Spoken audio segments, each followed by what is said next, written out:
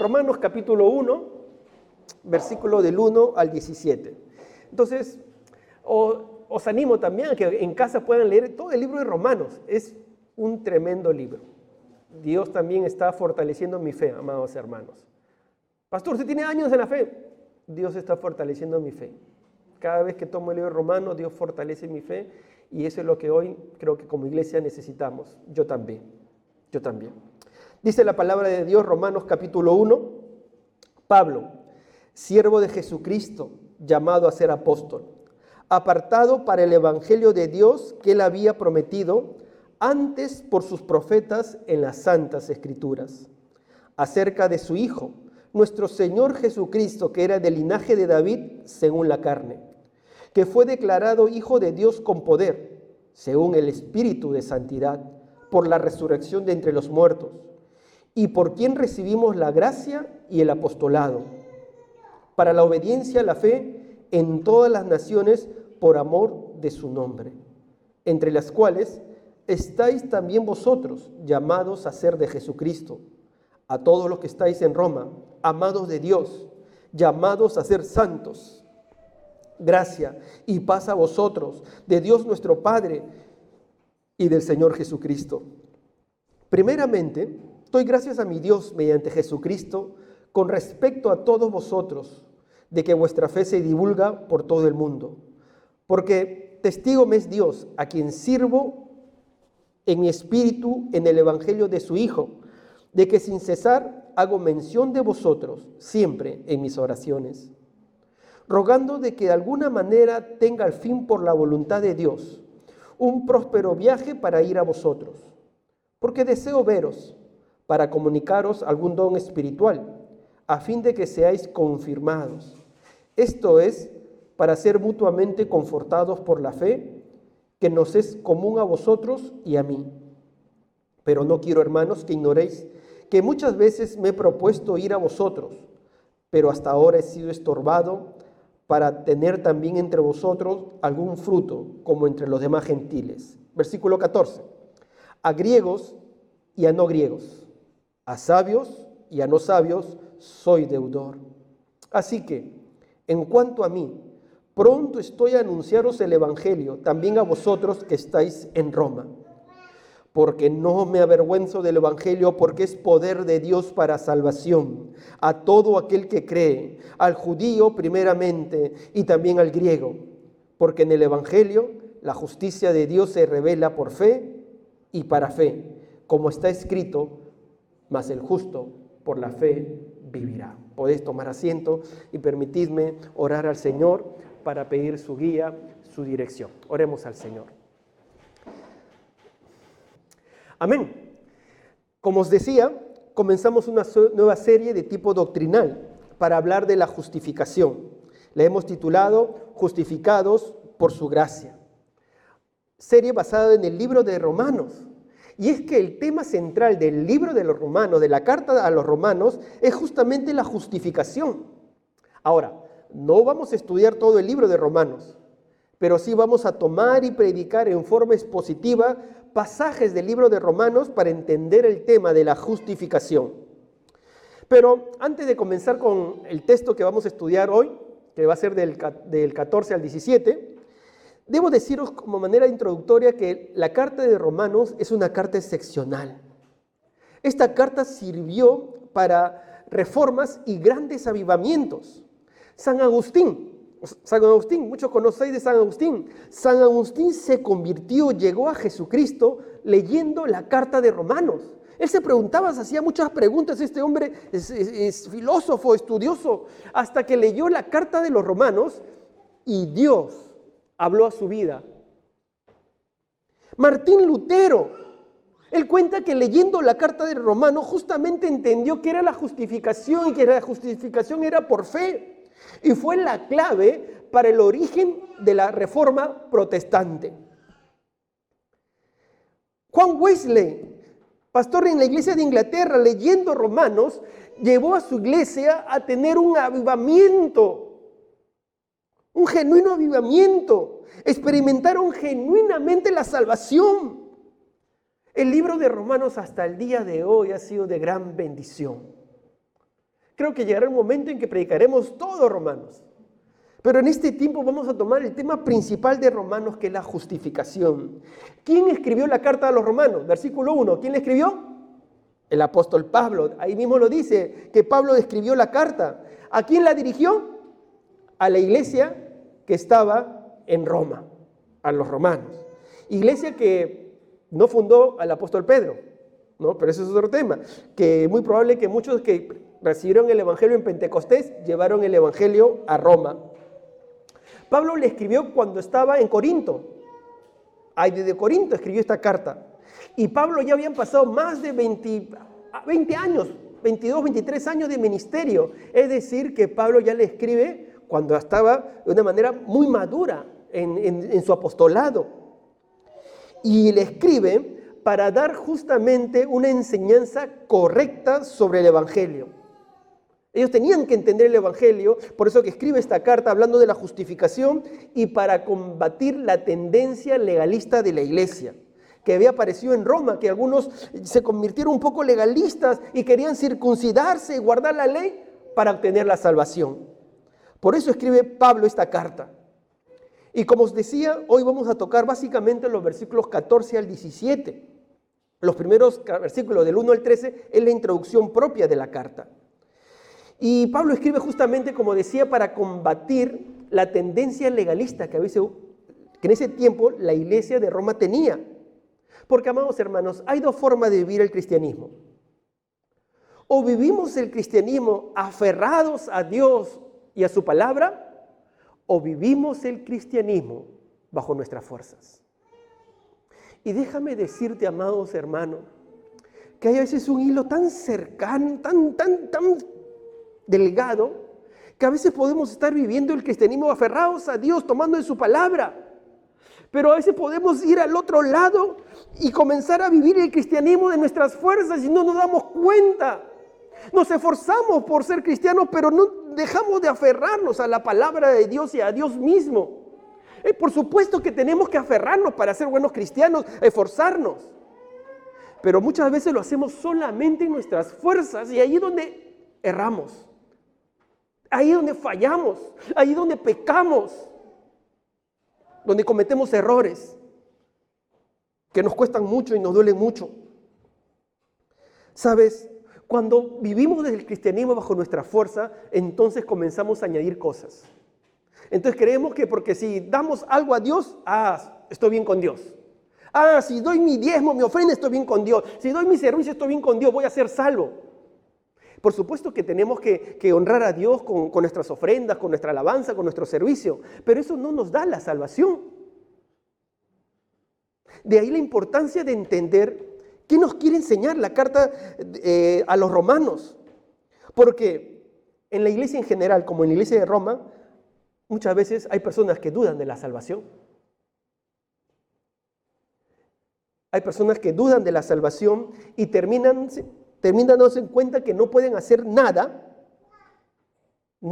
que pueda darle la salvación. Solamente se recibe por gracia. Y el primer tema que vamos a tocar es buenas noticias para todos. La palabra evangelio significa buenas noticias. Cuando tú lees la palabra evangelio, significa buenas noticias. Son las buenas noticias que Dios da a todos. Son buenas noticias que Dios tiene para ti, para mí. Las noticias de la salvación. Y Dios quiere dar esas buenas noticias para ti, para mí. Y por eso que lo primero que Pablo nos enseña es que el evangelio son buenas noticias para todos, sí, pero buenas noticias que se deben anunciar. Él dice en el versículo 14 y 15, a griegos y a no griegos, a sabios y a no sabios, soy deudor. Así que en cuanto a mí, pronto estoy a anunciaros el evangelio, también a vosotros que estáis en Roma. Pablo, ¿cómo se sentía? ¿Cómo se sentía Pablo? ¿Cómo? Deudor. ¿Qué es un deudor? ¿Cómo se siente un deudor? Hermano, te debo. Me esfuerzo. Gracias. O sea, uno se siente como en deuda. Uno tiene que pagar esa deuda. Pablo se sentía en deuda con Dios porque sabía que tenía el deber de anunciar la palabra de Dios, anunciar el evangelio de Dios. Él tenía esa deuda en su corazón. Para él era una responsabilidad, un deber. Ese llamado de Dios, esa comisión de Dios era una deuda para él que no podía pasar por alto, pase lo que pase. No la podía pasar por alto. Por eso que se sentía deudor de que tenía que predicar el evangelio, que las personas tienen que ser sacadas del infierno, llevadas al cielo. Por eso que él dice en 1 Corintios 9:16, ay de mí si no anunciar el evangelio. Ay de mí. Ay de mí si no lo hago porque me siento deudor, tengo que predicar. Ese se sentía deudor de todo hombre, instruido o no instruido. Porque él dice a griegos y a no griegos, a sabios y a no sabios. Y es que, amados hermanos, el evangelio no hace distinción. El evangelio no hace distinción ni de formación académica, ni de cultura, ni de la vida que uno lleve, ni la clase social. El evangelio es para todos. Es para todos. Y no hay fronteras para el evangelio. Por eso que Pablo decía, ahora voy a Roma. Dice en el versículo 15, pronto estoy a anunciaros el evangelio también a vosotros que estáis en Roma. Ese es el corazón de que alguien proclama el evangelio. De alguien que proclama las buenas noticias, está agradecido con Jesús porque ha recibido su salvación. Y como está agradecido con Jesús, tiene que anunciar el evangelio. No se puede quedar callado. Pero muchas veces nuestros problemas, nuestras situaciones particulares, uno mismo comienza a decaer en ese fuego que había en el corazón de predicar el evangelio, en ese fuego de ganar más vida para Cristo, comienza a decaer, comienza a apagarse. Nosotros mismos somos los culpables de apagar ese fuego. Nosotros mismos apagamos nuestro fuego. Yo apago mi fuego con mis acciones, con mis pensamientos,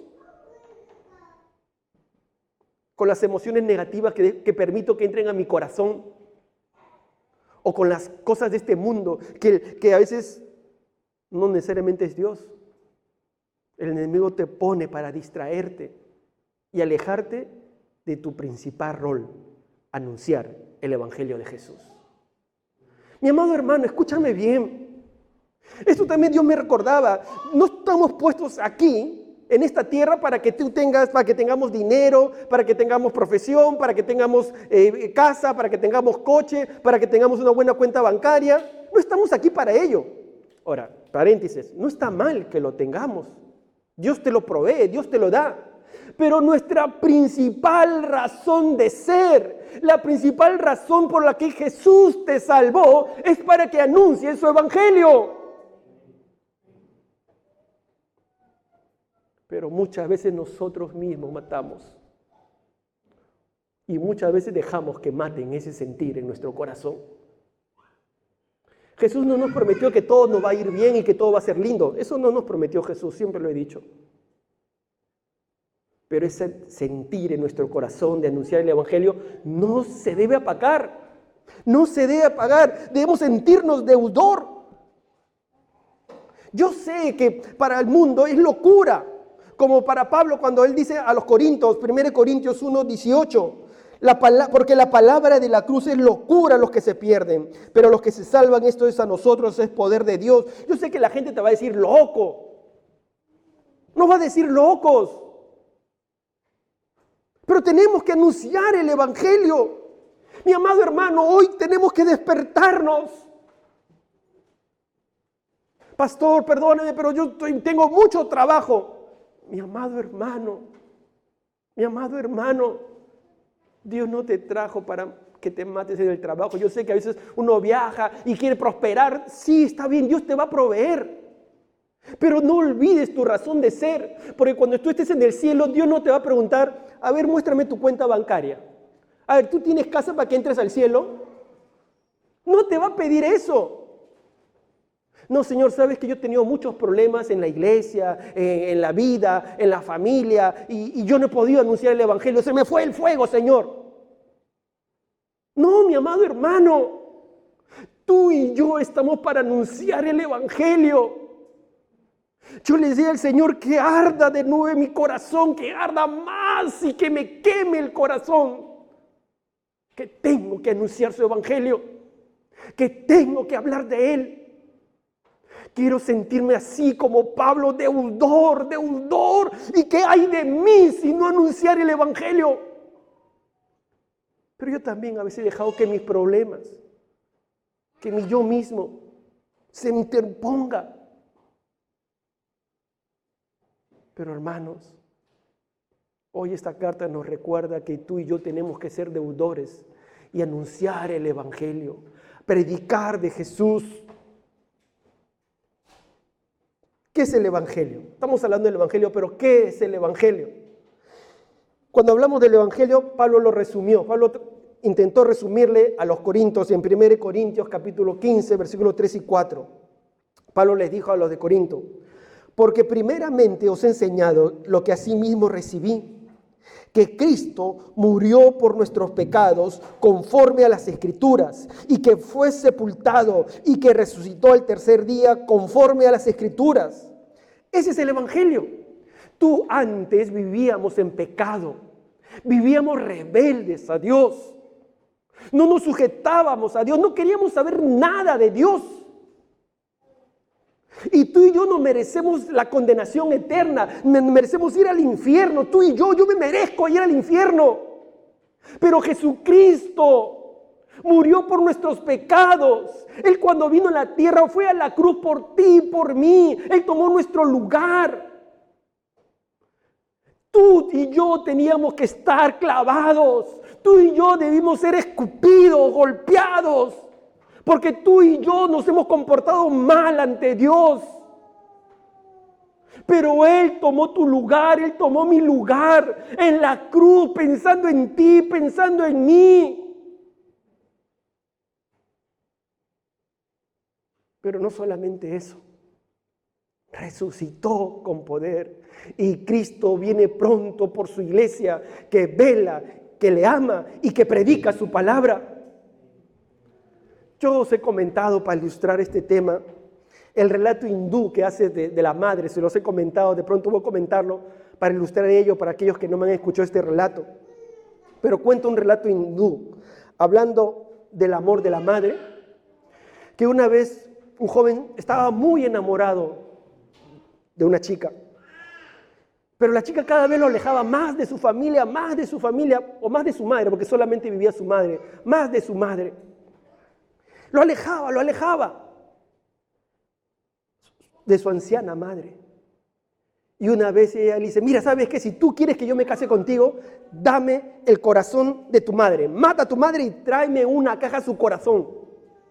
Este joven no pudo dormir esa noche. Pero amaba tanto a esta joven, que mata a su madre, le saca el corazón y lo pone en una caja. Y fue, enceguecido por el amor, corriendo donde la novia, con el corazón de su madre en una caja. Cuenta el relato hindú que cuando él corría con la caja rápido para ir a ver a la novia, se cae. La caja se cae y el corazón salta. Y cuando él se cae, comienza a limpiarse y sale una voz del corazón que dice: hijo mío, ¿te has hecho daño? Hijo mío, ¿te has hecho daño? Sabes, yo creo que este relato no ilustra el amor de una madre básicamente, sino que ilustra el amor de Jesús. Nuestro Señor Jesús fue a la cruz. Él estaba sufriendo por nuestros pecados. Él estaba ensangrentándose por nuestros pecados. Pero en medio de ello, Él dice: Padre, perdónalos, porque no saben lo que hacen. Dios nos ama tanto que sale su voz de amor. A pesar que somos rebeldes, a pesar que a veces le fallamos, sale su voz de amor que nos dice: estoy aquí. Esto también lo que ilustra el relato del hijo pródigo. El hijo que era hijo se se alejó de la casa de su padre. Pero cuando él regresa arrepentido, dice que su padre sale, lo abraza y hace una fiesta. Y esto ilustraba a Dios, que cuando un hijo viene arrepentido, Dios lo abraza, Dios lo ama. Sale su voz de amor de padre, no de criticarle, de decirle, sino de amarle. Ese es nuestro Dios. Por eso Jesús murió en la cruz, para darnos amor, porque Él nos ama y nos ama con amor eterno. Él nos ama con amor eterno. Mi amado hermano, no lo olvides. De ahí la importancia de anunciar el Evangelio. ¿Qué más nos dice esta carta? No solamente nos llama a anunciar el Evangelio, sino también nos dice cuál debe ser la actitud del que anuncia el Evangelio. ¿Cuál tiene que ser la actitud? Enrique, ¿cuál tiene que ser la actitud? Lo que dice el apóstol Pablo. Pablo dice en el versículo 16 y 17, dos versículos preciosos que deberíamos aprender de memoria. Es el resumen de toda la carta de Romanos. Y para muchos, los dos versículos más importantes de toda la Biblia, porque ahí se resume el plan de Dios. Dice Romanos 1, 16 y 17. Porque no me avergüenzo del Evangelio, porque es poder de Dios para salvación a todo aquel que cree, al judío primeramente y también al griego, porque en el Evangelio la justicia de Dios se revela por fe y para fe, como está escrito, mas el justo por la fe vivirá. ¿Sabes? El apóstol Pablo decía, voy a Roma, voy a predicarles el Evangelio, ¿por qué? Porque no me avergüenzo del Evangelio. Ahí está la actitud, una actitud de no avergonzarse.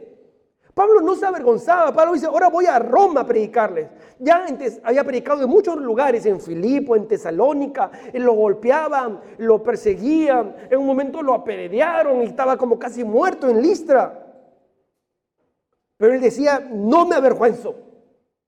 Claro, ir a Roma, a la gran ciudad, donde la gente en Roma hablaba, ¿de qué hablaba? ¿Sabes qué hablaban en Roma? De Roma. La gran Roma. ¿Ustedes han visto las películas? La gran Roma. La grandiosa Roma. Y Pablo va a ir a hablar de un hombre que los romanos mataron y que es Dios crucificado.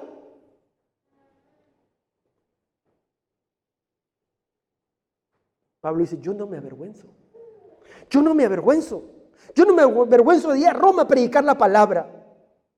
Para los judíos, escúchame, para los judíos, el Evangelio era la peor blasfemia, porque afirmar que el Mesías sea nazareno y que murió clavado en un madero, que es maldición para ellos, maldito todo aquel que muere en un madero, crucificado en un madero. Entonces, ¿cómo va a morir maldito el Mesías? El que tú dices que es Dios, ¿cómo va a ser maldito muriendo en una cruz? Claro, Él tomó nuestras maldiciones y murió en esa cruz.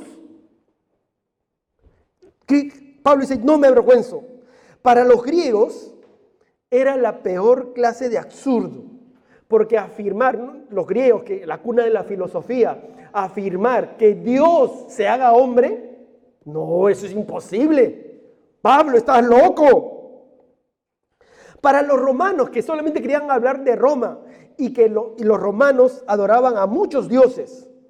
Por eso que los romanos le decían ateos a los cristianos. Ahora cómo cambió los tiempos, ¿verdad? Antes nos decían ateos porque creíamos en un solo Dios, creíamos en el monoteísmo.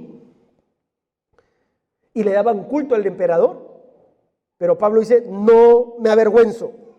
No me avergüenzo. Y Pablo le decía a Timoteo, 2 Timoteo 1:8. Tú tampoco te avergüences, Timoteo. Por tanto, Timoteo, no te avergüences de dar testimonio de nuestro Señor, ni de mí, precio suyo, sino participa de las aflicciones por el Evangelio según el poder de Dios. No te avergüences, no te avergüences. ¿Cómo podemos avergonzarnos del Evangelio? Del Evangelio del cual nos da tanto, que nos revela el amor de Dios, del Evangelio que nos ha mostrado el amor de Dios. ¿Cómo nos vamos a avergonzar? ¿Cómo nos vamos a avergonzar del Santo Jesús, nuestro Dios, nuestro Salvador? Él sí se debería avergonzar de nosotros. Él se debería avergonzar de mí, de ti, porque somos pecadores, porque le fallamos. Pero nosotros, ¿cómo nos vamos a avergonzar de Jesús? De nuestro Salvador. Qué triste es cuando un cristiano se avergüenza de Jesús. No tenemos razones para avergonzarnos, pero sí, Jesús tendría muchas razones para avergonzarse de nosotros. Pero debo reconocer que nuestros días son como los días del apóstol Pablo. Hoy hablar del Evangelio es ofensivo, pues contradice cada principio de la cultura que hoy vivimos. Hoy vivimos en una época de relativismo, un sistema de creencia basado en que todos tienen que buscar la verdad. Pero si tú dices que has encontrado la verdad, te rechazan, porque no hay absolutos, todo es relativo, todo es relativo. Vivimos en un sistema que cree en el pluralismo, todo es verdad, todo es verdad, todo es verdad. Por eso que nos rechazan. Sí, no es sencillo hablar del Evangelio, pero no debemos avergonzarnos. No te avergüences, mi amado hermano. No te avergüences de Jesús. No te avergüences. No te avergüences de su Evangelio. También no es sencillo, amados hermanos, porque algunos van a rechazar el Evangelio. Y te rechazan a ti. Y claro, rechazan el Evangelio. Pero eso siempre ha ocurrido. Siempre ha ocurrido. El apóstol Pablo decía en Romanos 9:33, como está escrito, he aquí pongo en Sión piedra de tropiezo y roca de caída, y el que creyere en él no será avergonzado. Piedra de tropiezo. ¿Sabes cuál es la palabra original de tropiezo en griego? La palabra griega es escándalo. Ya se imagina de dónde provino la palabra castellana escándalo. Y eso produce el Evangelio. Tropiezo, escándalo. No, ¿cómo me vas a predicar tú ello? Que tú eres cristiano. Pero ¿cómo tú has vivido así? Y a veces se quiebran las relaciones porque justamente crees en Cristo, crees en el Evangelio. Algunos se alejarán de ti porque tú crees en el Evangelio. Nuestro mismo Señor Jesucristo lo dijo en Lucas capítulo 12, versículo 49 al 53. Él dijo, yo he venido en su momento ya, en los últimos días, rumbo a la pasión de Cristo, a la cruz. Él dice, yo he venido para encender con fuego el mundo. Y quisiera que ya estuviera en llamas. Me espera un terrible bautismo de sufrimiento. Y estoy bajo una carga pesada hasta que se lleve a cabo. ¿Piensan que vine a traer paz a la tierra? No. Vine a causar división entre las personas. De ahora en adelante las familias estarán divididas. 3 a mi favor, 2 en mi contra, o 2 a favor y 3 en contra. ¿A qué se está refiriendo Jesús? Jesús vino a traer paz a nuestro corazón, pero Él ya no estaba diciendo que eso iba a ocurrir en nuestras casas. Muchos a veces son separados de la familia. Las familias se separan por el Evangelio. Las familias se dividen en opiniones y a veces hasta en discusiones por el Evangelio. En otros países, como por ejemplo en los países árabes, si un miembro de la familia cree en Jesús, es sacado de la familia sin herencia, sin nada, y lo expulsan del hogar. Jesús lo anunció, que por el Evangelio va a haber aflicción. Pero ese mensaje no es famoso, ese mensaje, porque nadie quiere aflicción, problemas. Queremos sentirnos cómodos en la iglesia, que todo vaya bien, donde yo me sienta y todos me quieran y todos me quieran y me atiendan y yo me sienta cómodo en la iglesia, a mis anchas.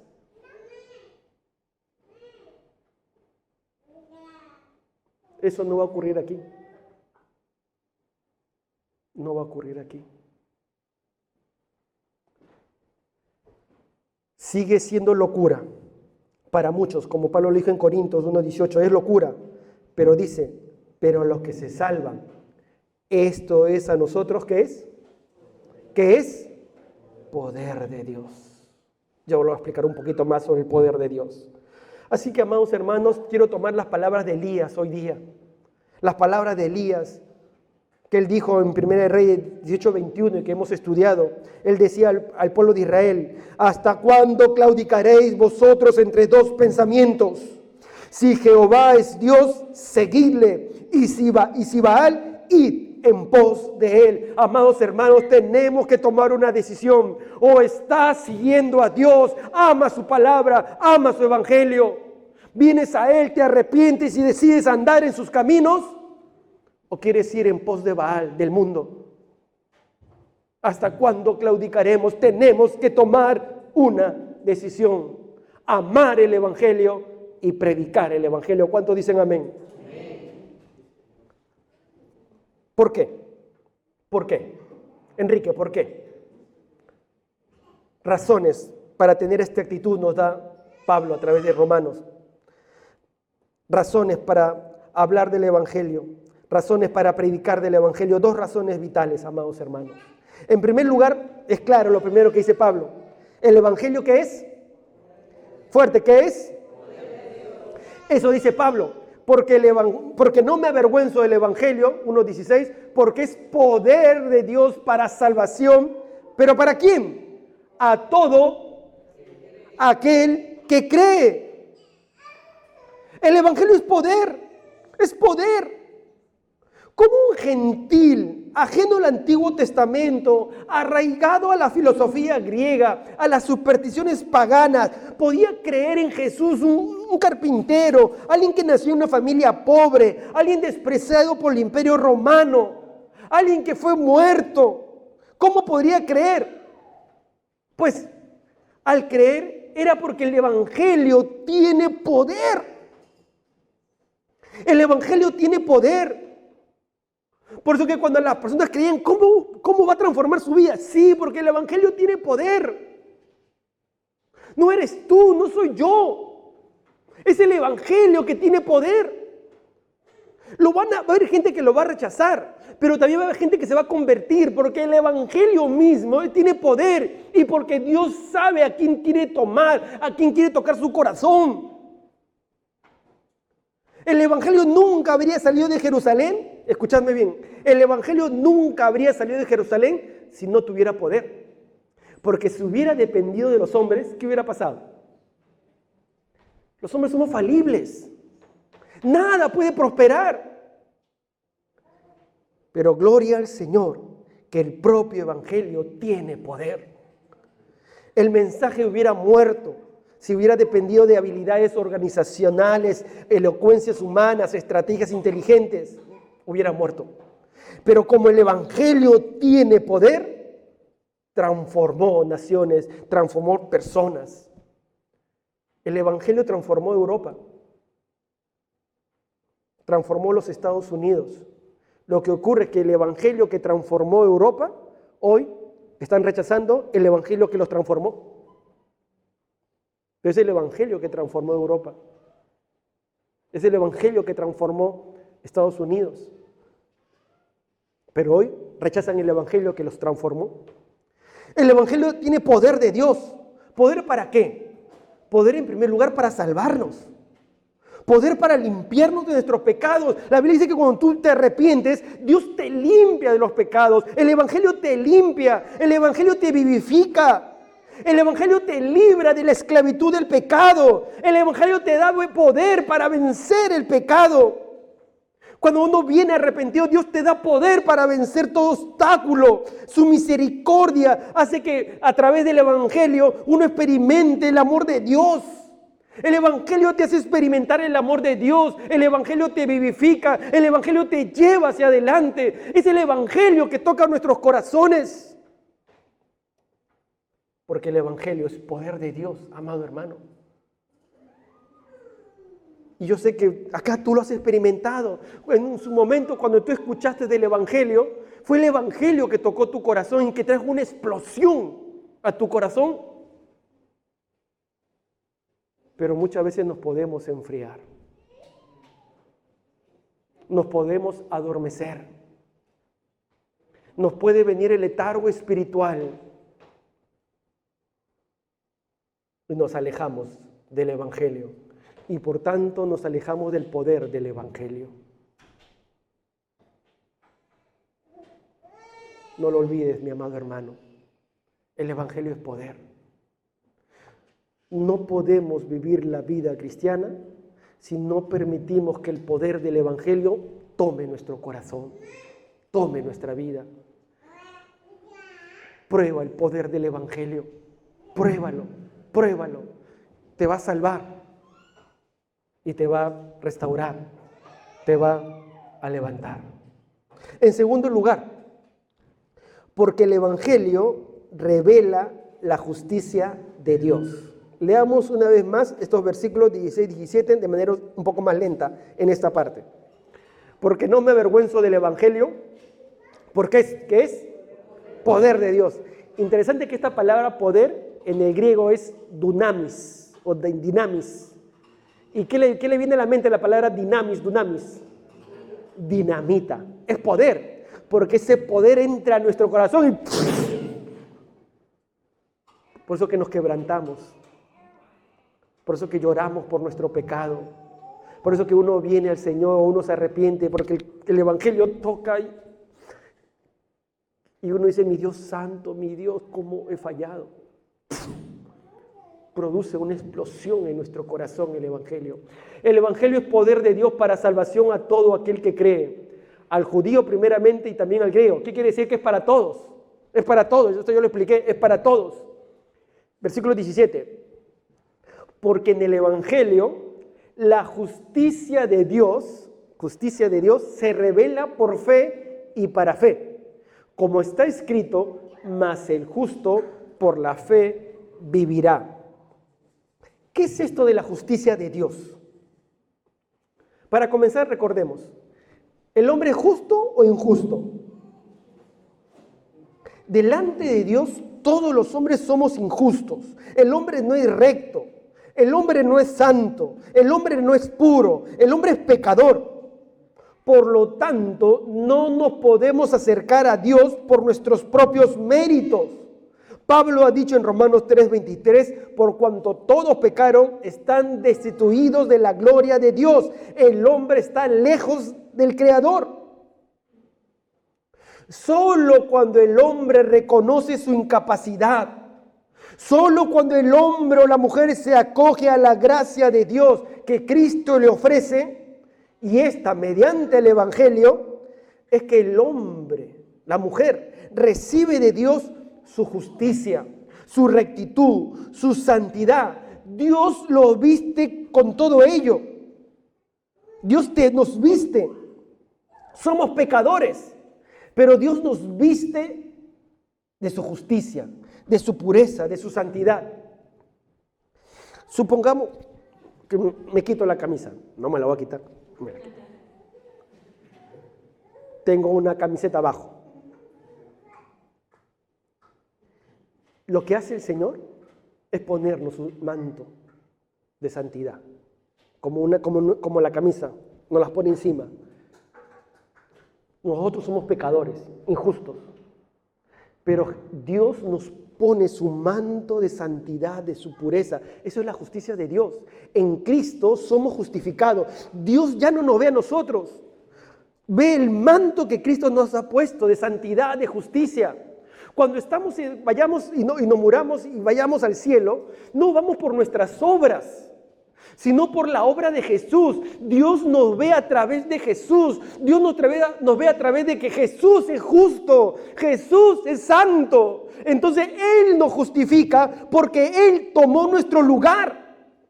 El pecador no es inocente, pero es declarado justo, justificado por la obra de Cristo en la cruz. Si Dios te perdona, mi amado hermano, te perdona porque ve el sacrificio de Jesús. Y como Jesús, su sacrificio fue completo y santo, entonces Dios te da el perdón por amor a Jesús y porque Jesús tomó nuestro lugar.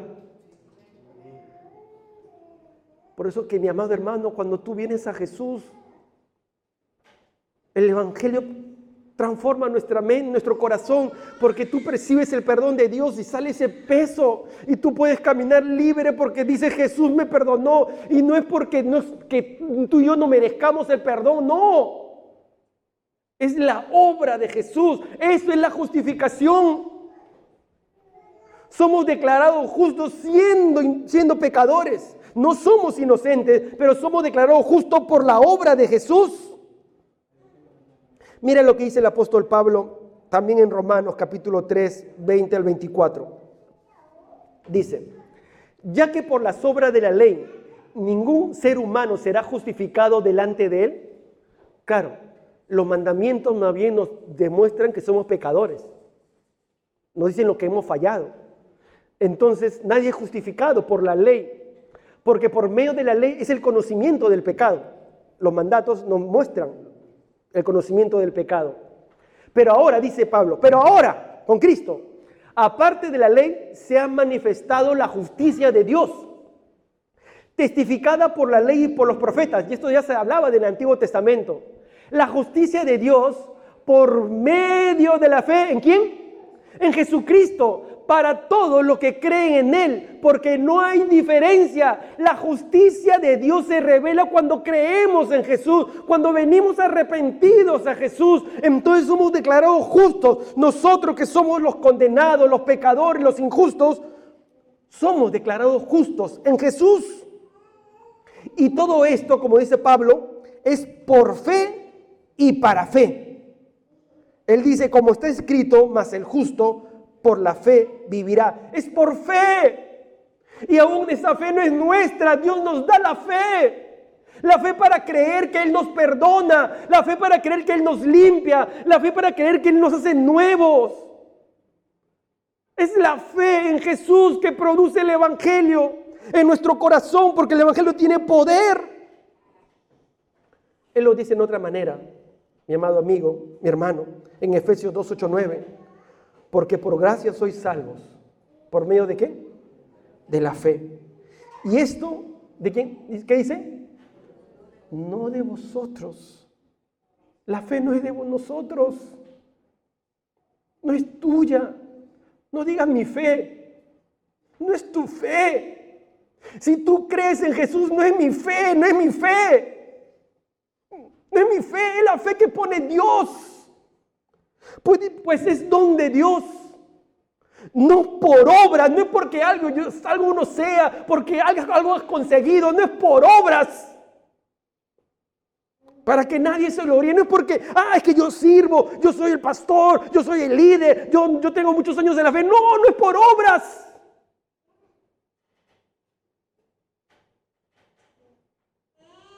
Es por amor. Es por amor, Dios te ama. Por eso que cuando le adoramos, le decimos gracias Dios, porque yo no me merezco tu amor. Yo merezco que te avergüences de mí. Yo merezco que tú tengas vergüenza de mí. Pero tú no te avergüenzas de mí. Más bien me amas. Más bien me cubres de amor. Tu misericordia llena mi corazón. Tu misericordia me da una nueva oportunidad. Tu misericordia me lleva por tus senderos. Tu misericordia me guía por tus pasos, me llena mi corazón, me vivifica. ¿Cómo voy a avergonzarme de mi Salvador? ¿Cómo me voy a avergonzar de mi Señor? Mi amado hermano, ¿cómo te vas a avergonzar? Yo quiero animarte hoy. Tú sabes en tu interior si verdaderamente estás siendo fiel a Dios, anunciando su evangelio. De pronto algo pasó por el camino, algo pasó en tu vida. Yo no lo sé, Dios sí lo sabe. Yo quiero animarte a tomar del evangelio que es poder de Dios. La fe que Dios te da, puedas tomar del Señor y ser un hijo, una hija de Dios que hable del evangelio, que viva del evangelio, que viva por el evangelio. seas un instrumento de Dios por amor. Él te ama. Y amigo, no sé si tú vienes por primera vez, deja que el Evangelio de Dios, deja que Jesucristo tome tu corazón.